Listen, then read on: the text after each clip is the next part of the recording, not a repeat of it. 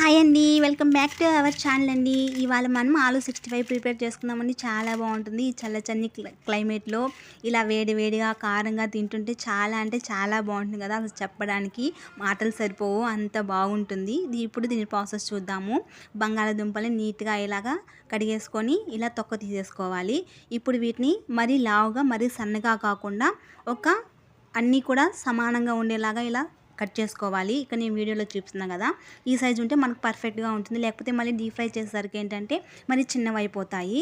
ఇప్పుడు ఒక బౌల్లో వాటర్ వేసేసుకొని ఇప్పుడు మనం కట్ చేసుకుని బంగాళాదుంపలు అందులో వేసేసి ఒక 50% వరకు ఉడికించుకోండి. మరీ ఎక్కువ ఉడికిపోతే మరీ మనం కలిపేసేటప్పుడు బాగా స్మాష్ అయిపోతుంది. అలా 50% ఉడికితే మనకు కలుపుకోవడానికి డీప్ ఫ్రై చేసుకోవడానికి పర్ఫెక్ట్గా ఉంటుంది. ఇప్పుడు వాటిని పక్క తీసేసుకొని వాటర్ అంతా స్ట్రైన్ చేసేసుకొని కారము, అలాగే కార్న్ఫ్లోర్, నేను మైదా అదేం కూడా యూజ్ చేయలేదు, చాలా బాగుందండి పర్ఫెక్ట్గా.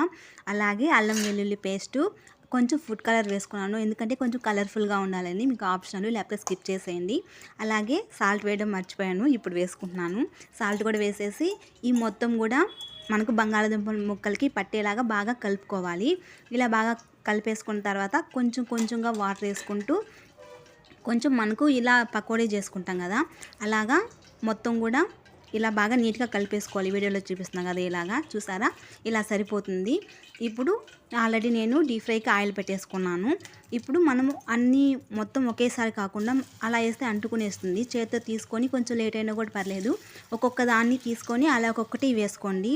అప్పుడు మనకు బాగుంటుంది. అన్నీ ఒకేసారి వేస్తే అంటే మళ్ళీ అంటుకునేస్తాయి, కాబట్టి ఒక్కొక్కటి వేసుకోండి చాలా వరకు. ఇలా మొత్తం కూడా నూరుగంతా కూడా ఆగిపోయేంత వరకు డీప్ ఫ్రై చేసుకోవాలి. అప్పుడే మనకు ఆ 65 బంగాళాదుంప 65 అనేది చాలా పర్ఫెక్ట్గా వస్తుంది, చాలా క్రంచీగా, అసలు చాలా అంటే చాలా బాగుంటుంది. ఇలా ఆ స్టేజ్లో పక్క తీసేసుకొని ఇప్పుడు ఇంకా మిగతా వాయి ఉంటుంది కదా, దాన్ని కూడా వేసేసుకొని దాన్ని కూడా అలా ఆయిల్లో నురగా ఆగిపోయేంత వరకు కూడా వాటిని డీప్ ఫ్రై చేసుకోవాలి. ఇలా మొత్తం కూడా ప్రిపేర్ చేసేసుకోవాలి. నిజంగా తింటుంటే ఆ ఫీల్ అనేది చాలా అంటే చాలా బాగుంటుంది. అసలు చెప్పడానికి మాటలు ఉండవండి, తప్పకుండా మీరు ట్రై చేస్తేనే మీకు తెలుస్తుంది.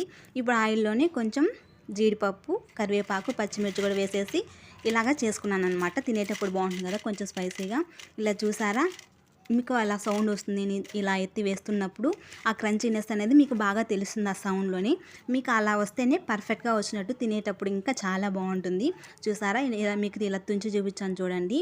మనకు ఆలు అనేది లోపల బాగా డీప్ ఫ్రై అయిపోయింది. వీడియో నచ్చితే లైక్ చేయండి, షేర్ చేయండి.